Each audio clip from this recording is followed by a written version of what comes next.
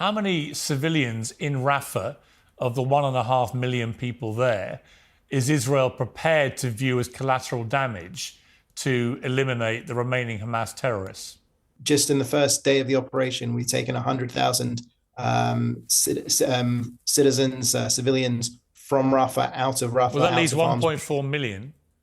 Okay, and it's a work in progress. You've already killed up to 40,000 people, and a large number are innocent civilians, women and children. Out of that Hamas number that you just gave, more than 14,000 are terrorists that we took out. So how many civilians do you believe you've killed? We don't have exact figures, as you know, it's the fog of war. If you know exactly how many Hamas terrorists you've killed, you must know how many civilians you've killed.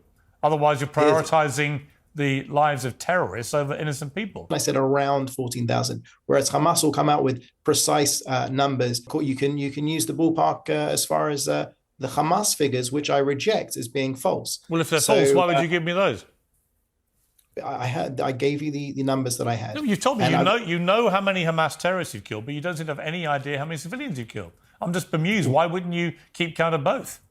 I can tell you definitively that our aim is to go after Hamas. You're an official spokesman for the Israeli government, and you have no idea how many civilians you've killed. I don't have the information. You literally have no idea how many civilians you've killed. It's not that I don't know. I'm not authorized to give the information. I don't have the information. That's complete nonsense. Why are you authorized to give me the number of terrorists you've killed, but not the number of civilians?